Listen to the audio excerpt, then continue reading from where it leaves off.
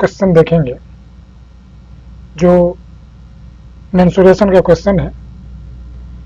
Question कुछ इस प्रकार है, एक गोला है और उस गोले के अंदर एक लंबी से बड़ी बेलन है, यानी उस बड़ी बेलन को निकालना है जो गोला से निकल सके।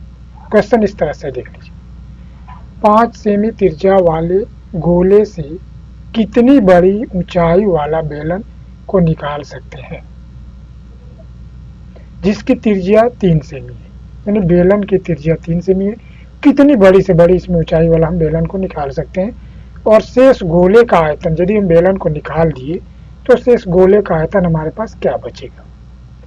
तो चलिए, ये हमारा फिगर हो गया, ये हमारा गोला हो गया और ये हमारा फिगर हो गया। अभी इसी क्वेश्चन को हमें हल करना है। कैसे हम करेंगे, थोड़ा ध्यान आप दीजिएगा तो आसानी से हो जाएगा। पहले हम इसके डिटेल्स को हम लिख रहे हैं। सबसे पहले हम देखेंगे इसकी त्रिज्या कितनी है। त्रिज्या 5 सेमी है और बेलन की त्रिज्या 3 सेमी। इसकी लंबाइयाँ दी हुई है जिसको हमें लिखना है। इसको ध्यान से देखिए थोड़ा, ये फिगर, ये बी से सी तक बेलन की ऊंचाई है, ए से बी तक उसकी त्रिज्या है और ओ से ए तक इस गोले की त्रिज्या है। यानी हमारा फिगर रेडी है, जिसमें ए बी देख रहे हैं बेलन की त्रिज्या, बी सी देख रहे हैं उसकी ऊंचाई है जो कि हमें फाइंड आउट करना हमें नहीं मालूम है, और ओ ए यानी वृत्त की त्रिज्या 5 सेमी दिया हुआ। चलिए, हम देख रहे हैं कि यहाँ पर एक फिगर दिखाई दे रहा है हमें। बी से देखिए, बी से ए से ओ, यानी ओ ए बी या ओ बी ए कह सकते हैं। ये एक समकोण त्रिभुज है। यहाँ पर जो हमारे पास जो बन रहा है वो 90 डिग्री बन रहा है। तो हम क्या लिखेंगे, इसमें कोण त्रिभुज ओ ए बी में या ओ बी ए में कोण बी इक्वल टू 90 डिग्री। इसलिए हम पाइथागोरस प्रमेय का यहाँ इस्तेमाल करेंगे। पाइथागोरस प्रमेय में हम जानते हैं कि आधार स्क्वायर जो लंब स्क्वायर इक्वल टू कर्ण स्क्वायर, नहीं हमारा आधार स्क्वायर ये हो गया, लंब स्क्वायर ये हो गया, इक्वल टू कर्ण यानी समकोण के सामने जो होता है वो कर्ण होता है। ये समय आप फार्मूला में देख रहे हैं। अब इसके हिसाब पर ही हम वैल्यू को भरेंगे। आधार के स्क्वायर यानी 3 की स्क्वायर, लंब की स्क्वायर नहीं मालूम है ओ बी की स्क्वायर, प्लस कर्ण के स्क्वायर इक्वल टू 5 की स्क्वायर। तो इसको हम ऐसे भर देंगे। भरने के बाद हमारा इस तरह से आ जाएगा। अब हम क्या करेंगे, 3 का जो स्क्वायर है 9 होगा, इसको हम पक्षांतर कर देंगे दाहिने तरफ, तो जो प्लस है वो माइनस में हो जाएगा। यानी O B square equal to में मिलेगा 5 स्क्वायर माइनस 3 स्क्वायर। यदि इसको हम सब्ट्रैक्ट करेंगे तो हमें मिलेगा 16, यानी ओ बी इक्वल टू 16 का हम अंडर रूट करेंगे, स्क्वायर वर्गमूल निकालेंगे तो हमें मिलेगा 4 सेमी। हमारा कहाँ से कहाँ तक हो गया, हमारा बी से लेकर के ओ तक की लंबाई 4 सेमी है। अब हम जानते हैं ओ जो है BC का मध्य बिंदु है, या BC जो है OB के दुगुना है, इसको ऐसे भी हम बोल सकते हैं। तो इसलिए BC इक्वल टू हो जाएगा 2 इंटू OB की लंबाई हमें 4 मिली है, अर्थात 2 इंटू 4 यानी 8 cm, यानी बड़ी से बड़ी बेलन जो हम निकालेंगे उसकी ऊंचाई जो होगी 8 cm होगी। क्लियर। अब क्वेश्चन दूसरा देखिए, शेष गोले का आयतन क्या होगा। अब पूछ रहा है कि यदि आपने उसमें से बेलन बनाकर निकाल दिया तो हमारा शेष गोले का आयतन क्या होगा। तो हमारे यहाँ देखना है कि पहले हम देखेंगे पूरे हमारे गोले का आयतन क्या है, और दूसरा कंडीशन में देखेंगे हमारा बेलन का आयतन क्या है। यदि दोनों का हमें आयतन मालूम हो जाए तो गोले के आयतन से हम बेलन के आयतन को घटा देंगे, यानी हमारा रिजल्ट निकल जाएगा। तो सबसे पहले हम गोले का आयतन का फार्मूला देखेंगे क्या होता है, 4/3 पाई आर क्यूब। तो यहाँ पर हो जाएगा हमें शेष गोले का आयतन इक्वल टू गोले का आयतन माइनस बेलन का आयतन। अब इसका फार्मूला लिखेंगे, गोले का आयतन का होता है 4/3 पाई आर क्यूब माइनस बेलन का आयतन का फार्मूला होता है पाई आर स्क्वायर एच। अब इसको हम डिराइव करेंगे, 4/3 पाई आर का वैल्यू यानी गोले के त्रिज्या, तो गोले की त्रिज्या में दिखाई दे रही है सीधे, गोले की त्रिज्या हमारा 5 सेमी है, तो 5 सेमी पर क्यूब माइनस पाई आर माने ये बेलन की त्रिज्या, तो बेलन की त्रिज्या में दिखाई दे रही है बेलन की त्रिज्या हमारा 3 सेमी यहाँ पर दिया हुआ है, तो हम 3 यहाँ भर देंगे, यहाँ पर हम 3 भरेंगे, 3 के स्क्वायर इंटू 8 और 5 क्यूब करेंगे तो हो जाएगा 125, यानी हमारा हो जाएगा 125 में 4 से मल्टीप्लाई कर देंगे तो 500/3 पाई माइनस 3 में 2 से मल्टीप्लाई, 3 में स्क्वायर करेंगे तो 9 और 9 में 8 से मल्टीप्लाई करेंगे, यानी यहाँ पर हमें मल्टीप्लाई का चिन्ह होगा, तो हो जाएगा हमारा 9 इंटू 8 72 पाई। अब हम दोनों का एलसीएम निकालेंगे, दोनों का एलसीएम 3 होगा, 3 से जाकर 72 में मल्टीप्लाई हो जाएगा, तो हमारा हो जाएगा 3 में 2 72 से होगा तो 216 पाई, और दोनों का बटा कितना हो जाएगा 3, तो भाई 3 यहाँ लिखा गया। अब 500 पाई में से 216 पाई हम घटाएंगे तो हमारे पास मिलेगा 284 पाई अपान 3। 3 से हम डिवाइड करेंगे, 3 में डिवाइड करेंगे 3 से कितने टाइम में जाएगा 9 टाइम में 27 हो जाएगा, और एक बचेगा यानी 14 हो जाएगा, 3 में 4 टाइम्स होगा 12, तो 4 हो गया, पॉइंट 2 बचेगा, पॉइंट बढ़ाइएगा तो 0 होगा, 3 6 टाइम में 18, फिर 2 बचेगा, 3 6 टाइम में 18, बार बार 6 आते जाएगा तो हम 2 टाइम्स ले लेंगे। चूँकि ये हमारा आयतन है इसलिए CM क्यूब होगा, क्योंकि आयतन हमेशा क्यूब से दर्शाते हैं, अतः हमारा दिया हुआ आंसर होगा 94.66 पाई क्यूब, सेमी क्यूब। पहला क्वेश्चन देख रहे हैं, cos 1 plus cos 2 degree plus cos 3 degree dot dot dot cos 180 का वैल्यू कितना होगा, यानी ये कंटिन्यू है 180 तक, तो इसको हम कैसे हल करेंगे, चलिए क्वेश्चन को हम देखते हैं। सबसे पहले क्या करेंगे, क्वेश्चन को जो आप दिया गया है लिख लें, और ध्यान दें कि cos 1 डिग्री जो है और cos 179 डिग्री, इस पर ध्यान दें, यानी सबसे शुरू का सबसे लास्ट 180 को छोड़ दें, इसमें 2 छोड़ना होगा, 180 को छोड़ना होगा और 90 को छोड़ना होगा, बाकी एक दूसरे से हमें पेयर बनाएंगे, ऐसे पेयर बनाएंगे कि दोनों को जोड़ने पर 180 आ जाए। जैसे cos 1 डिग्री cos 179 डिग्री यदि आप एक साथ ले रहे हैं तो cos 180 डिग्री हो जाएगा। तो इसी को हम पेयर बनाते जाएंगे, कैसे देखिए।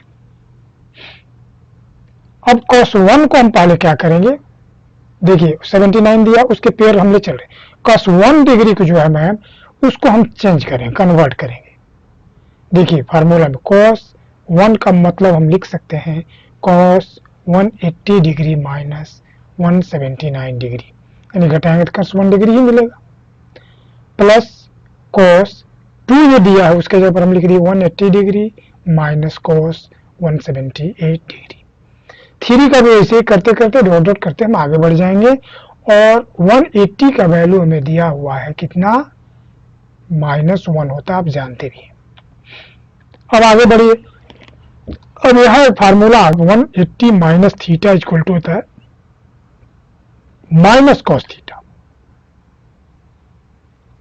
तो यहाँ पर क्या हो जाएगा, थीटा का वैल्यू 179 है, यानी यहाँ पर हो जाएगा माइनस कॉस 179। देखिए यहाँ पर इसी तरह से ये हो जाएगा माइनस कॉस 178, और उसके बाद से कॉस प्लस में एक तो 90 आया ही है, फिर इधर जो हो सब टोटल प्लस में ही चल रहा है, इधर आपका कॉस 178 प्लस कॉस 179 माइनस 9, क्योंकि कंटिन्यू है 1 से लेकर 180 तक, तो सब प्लस में है, हम शुरू वाला को हम कन्वर्ट कर रहे हैं इसलिए माइनस में आ रहा है। अब इस क्वेश्चन पर जरा ध्यान दें तो आप देख रहे हैं कि ये जो वैल्यू है और ये जो वैल्यू आपस में बराबर है, लेकिन साइन यानी चिन्ह इनका विपरीत है, इससे ये कट जाएगा, इस तरह से इससे ये कट जाएगा, और इसका वैल्यू जानते हैं कि 0 होता है, यानी सब एक दूसरे से कटते जाएगा, यानी हमारे लास्ट में मिला क्या चीज, -1।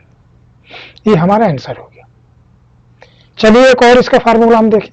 इसका एक फार्मूला, दूसरा मेथड जब हम देखेंगे तो एक फार्मूला होता है, आप पढ़े होंगे, cos C plus cos D होता है, या cos A plus cos B बराबर होता है 2 cos A plus B upon 2 into cos A minus B upon 2।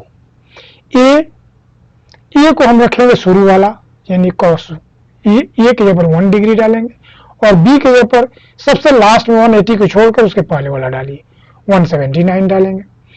इसी तरह से सेकंड में 2 डिग्री डालेंगे तो उसके बाद से 178 हो जाएगा। इस तरह से करके हम इधर से एक तरफ से बढ़ेंगे एक तरफ से घटेंगे, थोड़ा इस पर ध्यान दीजिएगा क्वेश्चन पर। तो ये उसी फार्मूला पर डाला गया, देखिए 2 cos A यानी 1 plus 179.2 into cos 1 minus 179.2 plus 2 फिर cos 2 A की जगह पर 2 आ गया प्लस 178 इन बटा 2। यहाँ सॉरी गलती हो गया, यहाँ पर होना चाहिए इंटू cos 2 माइनस 178/2, ब्रैकेट बंद हो जाएगा, प्लस होते होते आपका ही आगे क्वेश्चन बढ़ जाएगा। तो अब इसमें क्या होगा, अब यहाँ देखिए 179 और 1 को जोड़ेंगे तो 180 हो जाएगा और 180 में 2 से डिवाइड करेंगे तो हमें मिलेगा 90 डिग्री और cos 90 का वैल्यू आप देखिए दिया है 0। cos 90 का वैल्यू 0 मिलता है, यानी ये पूरा ब्रैकेट ही हमारा 0 हो जाएगा, इसका पूरा वैल्यू 0, इसका भी पूरा वैल्यू हमारा 0 हो जाएगा। cos 90 का वैल्यू भी 0 होता है, हमें लास्ट में बचेगा केवल cos 180 और cos 180 का वैल्यू आप जानते हैं कि -1 होता है, वही चीज हम यहाँ लिख देंगे, यानी हमारा दिया हुआ वैल्यू हो जाएगा -1। क्वेश्चन आपका यही था, cos 1 plus cos 2 plus cos 3 dot dot dot cos 180 degree, इसका वैल्यू आंसर कौन होगा, तो इसका डी सही है। दूसरा क्वेश्चन चलिए, दूसरा था क्वेश्चन आपका tan 70 minus tan 20/tan 50 find out the value, इसका वैल्यू मानना। तो यहाँ पर एक फार्मूला हमें लेना पड़ेगा, tan a माइनस बी का फार्मूला होता है tan a minus tan b/1 plus tan a into tan b। इसी फार्मूला पर हम चलेंगे क्योंकि इसी फार्मूला पर एक क्वेश्चन है। इसको क्रॉस मल्टीप्लाई करेंगे, पहले क्रॉस मल्टीप्लाई जैसे करेंगे देखिए ऐसे हो जाएगा, tan a minus tan b को हमने ले लिया पहले दाहिने तरफ, tan a minus tan b equal to tan a minus b into 1 plus tan a into tan b, यानी हमने क्रॉस मल्टीप्लाई कर दिया है इससे इसके साथ। अब क्या करेंगे, अब ध्यान दीजिए, अब क्वेश्चन उस तरह से ऊपर वाला जो हमारा लाइन आ जा रहा है उसी तरह से आया है और a की जगह पर हम भरेंगे 70 और b की जगह पर भरेंगे 20, भर दीजिए। भरने के बाद हमारा ये रिजल्ट मिल गया। अब आधा क्वेश्चन हमारा ऊपर वाला आ गया है, आधा अभी बाकी है केवल जिसका न्यूमरेटर जो आना है। अब इधर थोड़ा दाहिने तरफ देखें, tan 70 में से यदि 20 हम सब्ट्रैक्ट कर रहे हैं तो हमें मिल जाएगा tan 50 और इधर ब्रैकेट में देखें 1 प्लस tan 70 इंटू tan 20। अब इसमें हम tan 20 को क्या करेंगे, कॉट में कन्वर्ट कर देंगे। जानते हैं कि tan 90 minus theta equal to cot theta, तो हम क्या करेंगे, इसको कॉट में बदलेंगे तो ऐसे हो जाएगा tan 90 माइनस 70, क्योंकि 90 में से 70 बनाएंगे तो 20 ही आएगा। ये जो tan 20 दिया है वही गैप वहां आना चाहिए, 90 माइनस 70 करेंगे तभी गैप 20 का आएगा और फार्मूला बनेगा tan 90 minus theta equal to cot theta, theta की जगह पर 70 है तो हमारा इस तरह से हो जाएगा दाहिना तरफ, यानी tan 50 ब्रैकेट में 1 plus tan theta into cot theta. अब हम जानते हैं कि tan theta into cot theta का वैल्यू 1 होता है, यानी tan कॉट से कट जाता है, इक्वल हो तो 1 हो गया। और यहाँ पर क्या कह रहा है कि अब दोनों पक्षों में डिवाइड बाई tan 50, ताकि हमें हर को लाना 50, तो डिवाइड कर दीजिए दोनों तरफ tan 50 से, और इधर 1 प्लस tan 70 इंटू कॉट 70 किए तो आपको 1 मिला और ये tan 50 से tan 50 को काट दीजिए। यहाँ पर जो हमें दिखाई दे रहा है tan 50 से tan 50 कैंसिल, हमारा बायां तरफ देखिए क्या आया है ऊपर, tan 70 minus tan 20 upon tan 50 हमारा बाएं तरफ आ गया है और दाहिने तरफ हमें मिल रहा है 1 प्लस 1 2, यानी हमारा आंसर हो गया 2। यही आपका क्वेश्चन था, value of tan 70 minus tan 20 upon tan 50, ये सी नंबर इसका सही है। धन्यवाद। यदि वीडियो अच्छी लगी आपको तो कृपया सब्सक्राइब करें, लाइक एंड शेयर करें।